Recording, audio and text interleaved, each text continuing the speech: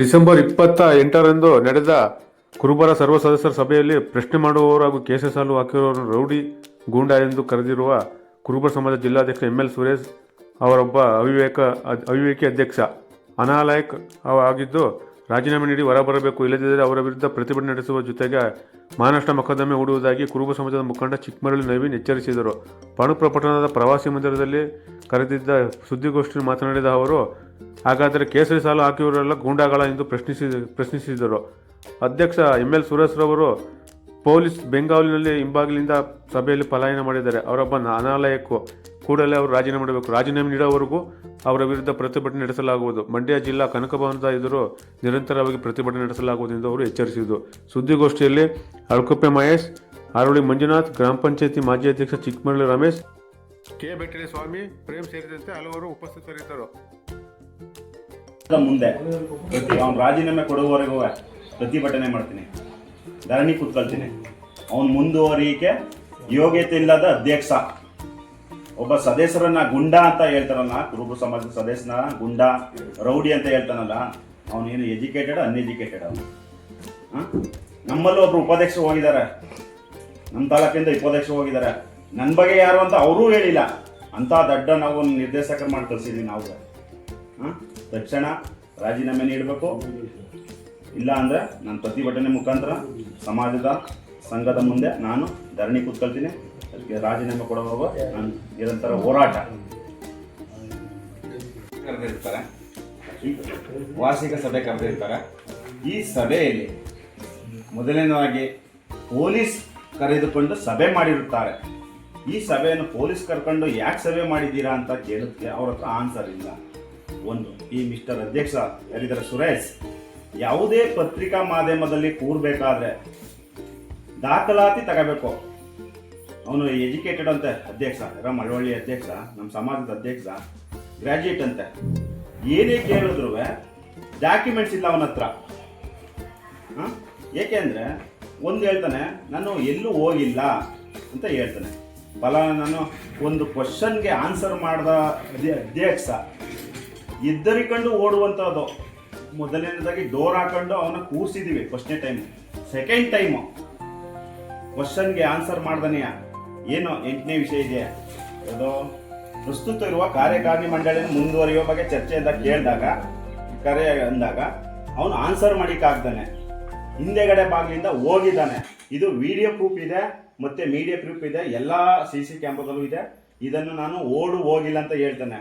ಅವನಷ್ಟು ಅವಿವೇಕಿ ಅಧ್ಯಕ್ಷ ನಮ್ಮ ಜಿಲ್ಲೆಗೆ, ನಮ್ಮ ಕುರುಬ ಸಮಾಜಕ್ಕೆ ಆಗಿರೋದೇ ದುರದೃಷ್ಟಕರ ಅಂತ ನಾನು ಹೇಳ್ತೀನಿ. ಯಾಕೆ ಅಂದರೆ ಒಬ್ಬ ಸದಸ್ಯತ್ವ ಯಾರೋ ಬಂದಿದ್ದಾರೆ ಅಂತ ತಿಳ್ಕೊಳ್ಳೋ ಯೋಗ್ಯತೆ ಇಲ್ಲದನ್ನು ಅಧ್ಯಕ್ಷ ಅವನು. ಫಸ್ಟು ಬರ್ಬೇಕು, ತಿಳ್ಕೋಬೇಕು. ಯಾರು ಕೇಸಿ ಟವಲ್ ಹಾಕೊಂಡು ಬಂದಿದ್ದಾನೆ ಪಾಂಡುಪುರದವನು, ಅವನು ರೌಡಿ ಗುಂಡ ಅಂತ ಹೇಳ್ತಾನಲ್ಲ.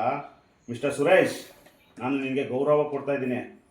ಇಲ್ಲ ಅಂದರೆ ನಿನ್ನ ಮೇಲೆ ಮಾನನಷ್ಟ ಮೊಕದ್ದಮೆ ಹೂಡ್ತೀನಿ. ನನ್ನ ಬಗ್ಗೆ ಯಾವುದಾರೋ ಪೊಲೀಸ್ ಸ್ಟೇಷನ್ಗಳಲ್ಲಿ ಯಾವುದೇ ಗುಂಡಾ ಕೇಸ್ ಇದ್ರೆ ನೀನು ಪ್ರೂವ್ ಮಾಡೋ, ಇಲ್ಲ ಅಂದರೆ ನಿನ್ನ ಮಾನನಷ್ಟ ಮೊಕದ್ದಮೆ ಹೂಡ್ತಾ ಇದ್ದೀನಿ. ನಿನ್ನಂಥ ಅವಿವೇಕಿ ಅಧ್ಯಕ್ಷ ನಮ್ಮ ಕುರುಬ ಸಮಾಜದಲ್ಲಿ ಇರೋದಕ್ಕೆ ಲಾಯಕ್ ಅಂತ ಹೇಳ್ತಾ ಇದ್ದೀನಿ. ಏಕೆಂದರೆ ನನ್ನ ಹತ್ರ ಏನು ಸೇಫ್ ಕಾರ್ಡ್ ಇಲ್ವಂತೆ, ಏನೋ ಸದಸ್ಯತ್ವ ಕಾರ್ಡ್ ಇಲ್ವಂತೆ. ಕಳಿಸಿದ್ದೀನಿ ನೋಡಿ, ಅವರೇ ಕಳಿಸಿರೋದು. ನಮ್ಮ ಸಮಾಜದಿಂದ ನವೀನ್ ಕುಮಾರ್, ಲೇಟ್ ಚೆನ್ನೇಗೌಡ, ಚಿಕ್ಕಮರಳಿ. ಇದನ್ನು ತಕ್ಕಳ್ದನೆಯ ಸಭೆ ಮಾಡಿರೋದು ಭಾನುವಾರ, ಪ್ರೆಸ್ ಮೀಟ್ ಮಾಡಿರೋದು ಸೋಮವಾರ.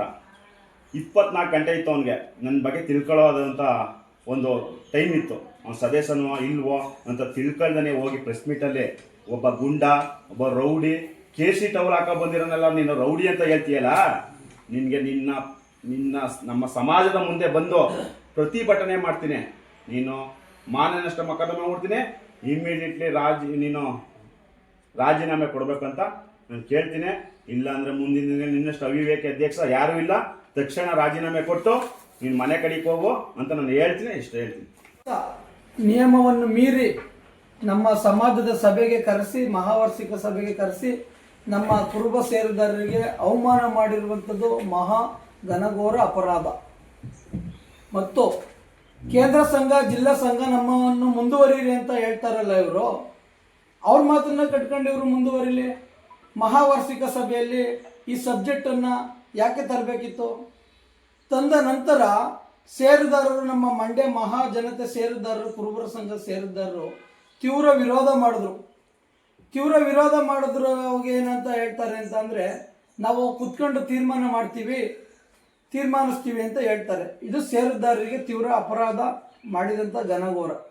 ಮಹಾವಾರ್ಷಿಕ ಸಭೆಯಲ್ಲಿ ಯಾವುದೇ ಒಂದು ಷೇರುದಾರ ಅಥವಾ ಸಮಾಜದ ಬಂಧುಗಳು ಕೇಳಿದ ಪ್ರಶ್ನೆಗೆ ಉತ್ತರ ಕೊಡಲಾರದೆ ಸಮಾಜಸಿ ಉತ್ತರ ನೀಡಿ, ಯಾವಾಗ ಇವ್ರ ಮೇಲೆ ತೀವ್ರ ವಿರೋಧಗಳು ಉಂಟಾದಾಗ ಹಿಂಬಾಗಿಲಿನಿಂದ ಪಲಾಯನ ಮಾಡಿರುವಂಥದ್ದು ಪೇಪರಲ್ಲಿ ಗಣನೀಯವಾಗಿ ಬಂದಿದೆ.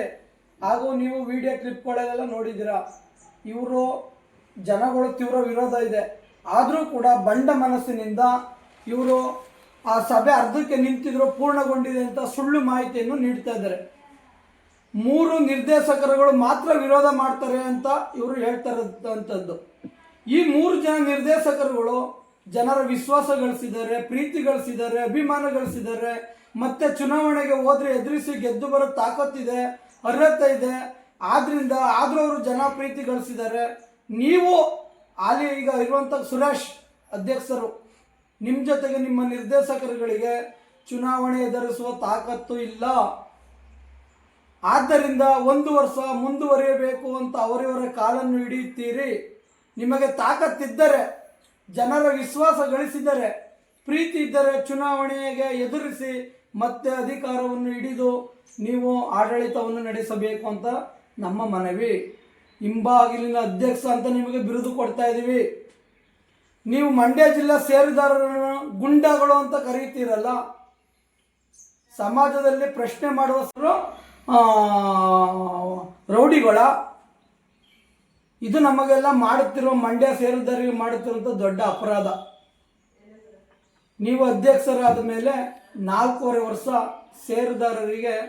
ಹೊಸ ಷೇರುದಾರರಿಗೆ ಅವಕಾಶವನ್ನೇ ಮಾಡಿಕೊಟ್ಟಿಲ್ಲ. ಯಾಕೆ ಅಂತ ಪ್ರಶ್ನೆ ಮಾಡಿದ್ರೆ, ಸಂಘಕ್ಕೆ ಹೊರೆಯಾಗುತ್ತದೆ. ಕರ್ನಾಟಕದಲ್ಲಿ ಸಂಘಕ್ಕೆ ಹೊರೆಯಾಗುತ್ತದೆ, ಷೇರು ಮಾಡಿಸಿದ್ರೆ ಅಂತ ಹೇಳ್ತಾ ಇರುವಂಥ ಅಧ್ಯಕ್ಷ ನೀನೇ ಮೊಟ್ಟ ಮೊದಲು. ಇದೇ ನಿನ್ನ ದೊಡ್ಡ ಸಾಧನೆ. ಚುನಾವಣೆಯಲ್ಲಿ ಷೇರುದಾರರು ಮತ ಹಾಕ್ತಾರೆ, ಚುನಾವಣೆಗೆ ನಿಲ್ತಾರೆ ಅಂತ ಅವ್ರನ್ನ ದಿಕ್ಕು ತಪ್ಪಿಸಿ ದಾರಿ ತಪ್ಪಿಸ್ಬೇಕು. ನಾವೇ ಚುನಾವಣೆಯಲ್ಲಿ ಇಲ್ಲೋದ ಕುತಂತ್ರಗಳನ್ನು ಮಾಡಿಕೊಂಡು ನಾವೇ ಇರಬೇಕು ಅಂತ ನಮ್ಮ ಕುರುಬ ಸಮಾಜದ ಷೇರುದಾರರಿಗೆ ಹಾಗೂ ಹೊಸ ಷೇರುದಾರರಿಗೆ ಮಾಡುತ್ತಿರುವಂಥ ಮಹಾದ್ರೋಹ, ಅಪರಾಧ. ಸಮಾಜದ ಷೇರು ಹಣಕ್ಕೆ 520 ರೂಪಾಯಿಗಳ ಹಣವನ್ನು ಈಗ ತಗೊಳ್ತಾ ಇದ್ದೀರಿ. ಅದಕ್ಕೆ ಖರ್ಚಾಗುವ ಸಂಘದ ಸದಸ್ಯತ್ವಕ್ಕೆ 30 ರೂಪಾಯಿ ಮಾತ್ರ ಖರ್ಚಾಗುವುದು. 490 ರೂಪಾಯಿ ಸಂಘಕ್ಕೆ ಉಳಿಯುತ್ತದೆ. 490 ರೂಪಾಯಿ ಸಂಘಕ್ಕೆ ಉಳಿದ್ರೆ ಸಂಘಕ್ಕೆ ಅದು ಕೆಟ್ಟದ್ದ, ಒಳ್ಳೆಯದ? ಸಂಘದ ಅಭಿವೃದ್ಧಿಗೆ ಷೇರುದಾರರ ಹಣ ಬಳಕೆಯಾಗಿರೋದ್ರಲ್ಲಿ ಏನು ತಪ್ಪೇನಿಲ್ಲ. ಇದು ನಿಮ್ಮ ಸಾಧನೆ, ಶೂನ್ಯ ಸಾಧನೆ. ನೀವು ನಾಲಾಯಕ್ ಅಧ್ಯಕ್ಷ. ಪ್ರಶ್ನೆ ಕೇಳುವ ಸಂಘದ ನಿರ್ದೇಶಕರನ್ನು ಅಮಾನತು ಮಾಡುತ್ತೇನೆ ಎಂದು ಹೇಳುವ ಯೋಗ್ಯತೆ ನಿನಗೇನಿದೆ? ಅಲ್ಲಿ ಪ್ರಶ್ನೆಯನ್ನು ಕೇಳುವ ಸಂಘದ ಸದಸ್ಯರುಗಳು, ಅಲ್ಲಿ ಜನಗಳು ಮಾತನಾಡುವಾಗ ಸ್ವಲ್ಪ ಗೊಂದಲ ಜಾಸ್ತಿ ಆದಾಗ ಏರು ಧ್ವನಿಯಲ್ಲಿ ಪ್ರಶ್ನೆ ಕೇಳಿದ್ದಕ್ಕೆ ಗುಂಡಾಗಳು ಸಂಘದ ನಿರ್ದೇಶಕರುಗಳಿಗೆ ಅಮಾನತು ಮಾಡುತ್ತೇನೆ ಎಂದು ನೀವು ಹೇಳಲೇ ಹಿಡಿತವಿರಲಿ. ಎಲ್ಲರೂ ಪ್ರಬುದ್ಧರಿದ್ದಾರೆ. Be careful. ನಿಮ್ಮ ನಡೆಗೆ ನಮ್ಮ ವಿರೋಧವಿದೆ. ಹಾಗೂ ನಮ್ಮ ನಿರ್ದೇಶಕರಾದ ಕೃಷ್ಣಣ್ಣವರ ಹಿನ್ನೆಲೆ ನೀವು ತಿಳಿದುಕೊಂಡು ಮಾತಾಡಬೇಕು. ಅವರ ತಂದೆ 10 ವರ್ಷಗಳ ಕಾಲ ಮಂಡ್ಯ ಜಿಲ್ಲಾ ಕುರುಬರ ಸಂಘಕ್ಕೆ ಅಧ್ಯಕ್ಷರಾಗಿ ಪ್ರಾಮಾಣಿಕವಾಗಿ ಸೇವೆ ಸಲ್ಲಿಸಿ ಇವತ್ತು ಕೂಡ ಅವರ ಹೆಸರು ಒಳ್ಳೆಯ ವ್ಯಕ್ತಿತ್ವದಲ್ಲಿ, ಒಳ್ಳೆಯ ಪುಟದಲ್ಲಿ ಅವರ ಹೆಸರಿದೆ. ಅವರು ಕೂಡ ಒಳ್ಳೆಯ ಕೆಲಸಗಳನ್ನು ಮಾಡಿ ಜನರ ವಿಶ್ವಾಸ ಗಳಿಸಿದ್ದಾರೆ, ಅವರು ಜನರ ಪ್ರೀತಿ ಗಳಿಸಿದ್ದಾರೆ. ಅದರಿಂದ ಸ್ವಾತಂತ್ರ್ಯ ಪೂರ್ವದಿಂದಲೂ ಅವರು ಎಲ್ಲ ಕಡೆ ಜನರ ವಿಶ್ವಾಸದಿಂದ ತುಂಬ ಒಳ್ಳೊಳ್ಳೆ ಕೆಲಸಗಳನ್ನು ಮಾಡಿ ಅಧಿಕಾರದಲ್ಲಿದ್ದಾರೆ. ಅವರಿಗೆ ನೀವು ಮಾತನಾಡಿದರೆ ತೀವ್ರ ವಿರೋಧ ಎದುರಿಸಬೇಕಾಗುತ್ತದೆ. ನಮ್ಮ ಕೃಷ್ಣಣ್ಣ ಮತ್ತು ಮಳವಳ್ಳಿ ಶ್ರೀಧರಣ್ಣವ್ರ ಬಗ್ಗೆ ಮಾತಾಡಬೇಕಾದ್ರೆ ನಾಲ್ಗೆ ಮೇಲೆ ಹಿಡಿತವಿರಲಿ. ಷೇರುದಾರರು, ಸಮಾಜದ ಬಂಧುಗಳು, ಕಟ್ಟ ಕಡೆಯದಾಗಿ ನಿಮಗೆ ಕೊನೆಯ ಅಂತಿಮ ವಿರೋಧದ ಮನವಿ ಕೊಡ್ತಾ ಇದ್ದೀವಿ ನಿಮಗೆ. ಜಿಲ್ಲಾ ಕುರುಬರ ಸಂಘದ ನಮ್ಮ ಕನಕಭವನದಲ್ಲಿ ನಡೆದಂಥ ವಿಚಾರವಾಗಿ ಮಾತಾಡೋಕ್ಕೆ ಸಭೆ ಕರೆದಿರೋದು. ಈಗಾಗಲೇ ಮಾರ್ಚಿಗೆ ಬಂದರೆ 5 ವರ್ಷಗಳ ಕಾಲ ತುಂಬ್ತಾ ಬಂದದೆ ಅವರ ಅವಧಿಗೆ. ಅವರೇನು ಈ ಅಜೆಂಡಾದಲ್ಲಿ ಇಲ್ಲದೇ ಇರುವಂಥದ್ದನ್ನೆಲ್ಲ ಸೃಷ್ಟಿ ಮಾಡಿ ನಾವು ಮುಂದುವರಿಯುವ ಬಗ್ಗೆ ನಾವು ನಮ್ಮ ಬಾಡಿನಲ್ಲಿ ತೀರ್ಮಾನ ಮಾಡ್ಕೊಂಡೀವಿ ಅಂತ ಹೇಳ್ತಾರೆ. ಅದೇ ರೀತಿ ಒಂದು ಸದಸ್ಯರಿಗೆ ಹೋಗಿರುವಂಥ ಅಜೆಂಡಾದಲ್ಲಿ ಆ ಸಬ್ಜೆಕ್ಟನ್ನೇ ಕಾಣಿಸಿಲ್ಲ. ಒಂದು ಎರಡನೇದಾಗಿ ಈಗ 5 ವರ್ಷಗಳ ಕಾಲ ಅವರು ಅಧ್ಯಕ್ಷರಾಗಿ ಮುಂದುವರೆದು ಕನಕ ಭವನ ನಿರ್ಮಾಣ ಮಾಡಿ, ಗೆಸ್ಟ್ ಹೌಸನ್ನು ನಿರ್ಮಾಣ ಮಾಡಿ, ಅದರ ಪಕ್ಕ ಒಂದು ಗಣಪತಿ ದೇವಸ್ಥಾನನ ನಿರ್ಮಾಣ ಮಾಡಿ, ಇವೆಲ್ಲನೇ ನಿವಾರಿಸಿರುವಂಥವರು ಮಾಜಿ ಅಧ್ಯಕ್ಷರು ನಾಗರಾಜಪ್ಪನವರು. ಅವರ ಕಾಲದಲ್ಲಿ ಆಗಿರುವಂಥ ನಿವಾರಣೆಗಳು ಇವು. ರಾಜ್ಯ ಮಟ್ಟದ ನಾಯಕರುಗಳಿಗೆ ಇದು ತೋರಿಸ್ಕೊಂಡು ಇವರು ಈಗಾಗಲೇ ಕೊನೆ ಅಂತ್ಯ ಬಂದದೆ. ಈಗ ಬಂದು ನಮ್ಮ ಕಟ್ಟಡನ ಸಂಘದ ಹಾಸ್ಟ್ಲ್ ಕಟ್ಟಡನ ತೋರ್ಕೊಂಡು ನಾವು ಅದು ಅರ್ಗುರ್ತಿ ಆಗದ ಮುಂದುವರಿಬೇಕು, ನಮ್ಗೆ 1 ವರ್ಷ ಕಾಲ ಬೇಕು, ನಮಗೆ ನಮ್ಮ ಏನು ಬಾಡಿಯಲ್ಲಿ ನಮಗೆ ಬಹುಮತ ಅದ, ನಾವು 18 ಜನ ನಮ್ಮ ಪರ ಇವೆ ಅಂತ ಅಂದರೆ ಯಾರು ತಾನೇ 1 ವರ್ಷ ಮುಂದುವರಿಯೋದಂತ ಯಾರು ಮೀಟಿಂಗಲ್ಲಿ ಕುಂತ್ಕೊಂಡು ಹೇಳ್ತಾರೆ, ಮುಂದುವರಿಯೋದಂತ ಬಹುಮತ ಕೊಡೋದು ಏನು ಮಾಡ್ತಾರೆ ಅವರು? ಪ್ರಾಮಾಣಿಕರು ಇಲ್ಲದೆ ಹೋದರು.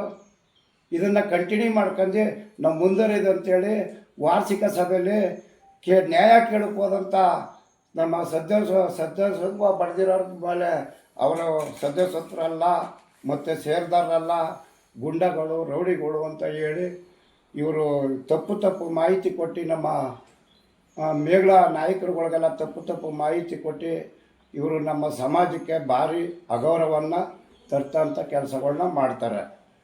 ಇನ್ನು ಎರಡನೇದು,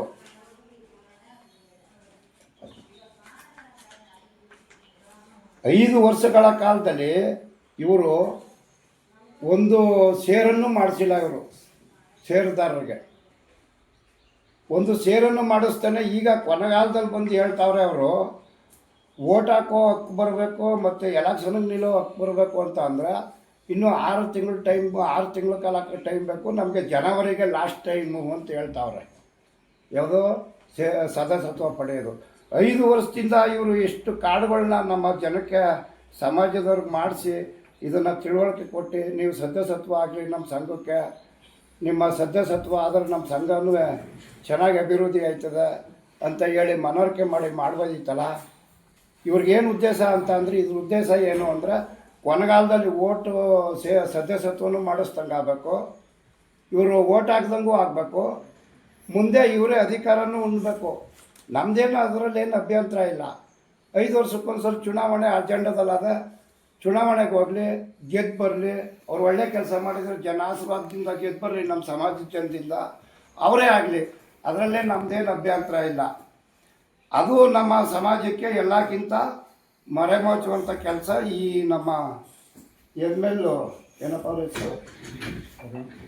ಸುರೇಶರು, ಅಧ್ಯಕ್ಷರಾದಂಥ ಸುರೇಶರು ಕೆಲವು ಸದಸ್ಯರುಗಳನ್ನು ಇದನ್ನು ಹೇಳ್ಕೊಂಡು ನಾವು ಮುಂದುವರಿದೆ ಸರಿ ಅಂತೇಳಿ ಒಂದು ಅಜೆಂಡದಲ್ಲಿ ಇಟ್ಟು ನಮಗೆ ಕೋಪ್ರೇಟಿವ್ ಏನು DR ಆಫೀಸಲ್ಲಿ ಹಂಗೆ ಹೇಳೋರೆ ಹಿಂಗೆ ಹೇಳೋರೆ, ನಮ್ಮ ಸಂಘದ ಬೈಲದ ಪ್ರಕಾರ ಮಾಡಬೇಕು. ಯಾರೋ ಮಾತನ್ನ ಹೇಳ್ಕೊಂಡು ಅವರು ನಮ್ಗೆ ಹಂಗೆ ಹೇಳೋರೆ ಹಿಂಗೆ ಹೇಳೋರೆ ಅಂತ ನಮ್ಮ ಕುಲಬಾಂಧವರಿಗೆಲ್ಲ ತಪ್ಪು ಮಾಹಿತಿ ಹೇಳಿ ಇದೊಂದು ದಾರಿ ತಪ್ಪಿಸ್ತವ್ರೆ. ಮೂರನೇದು,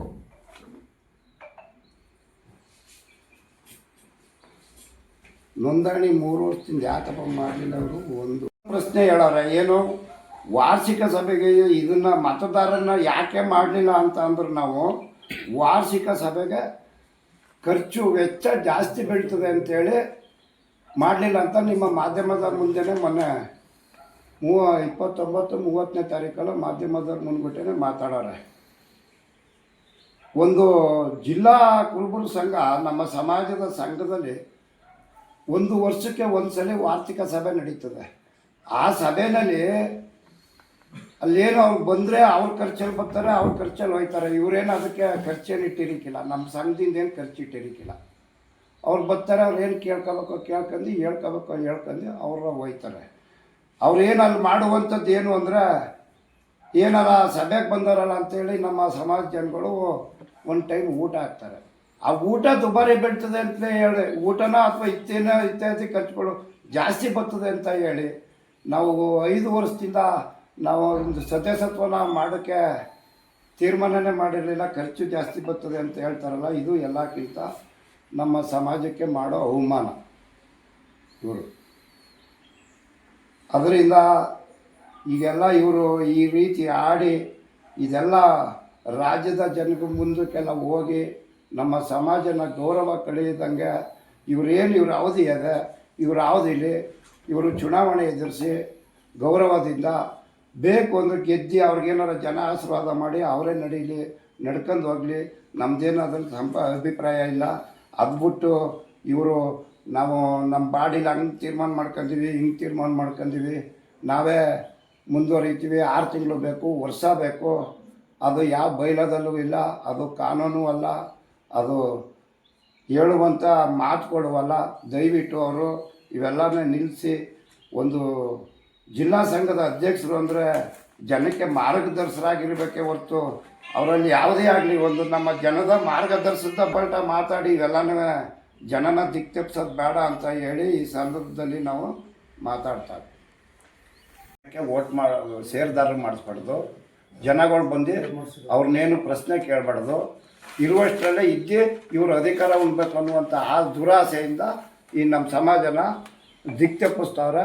ಈ ನಮ್ಮ ಸಮಾಜದ ಜನಕ್ಕೆ ತಿಳುವಳಿಕೆ ಮೂಡಿಸಿ ಇವರು ಮುಂದಾಳತ್ವವಾದಂಥವ್ರು ಪದಾಧಿಕಾರಿಗಳು ಸಮಾಜನ ಮುನ್ನಡೆಸಬೇಕೆ ಹೊರತು ಇಂಥ ದುರ್ಬುದ್ಧಿಗೆ ಹೋಗಬಾರ್ದು ಅನ್ನೋದು ನಮ್ಮ ಅಭಿಪ್ರಾಯ.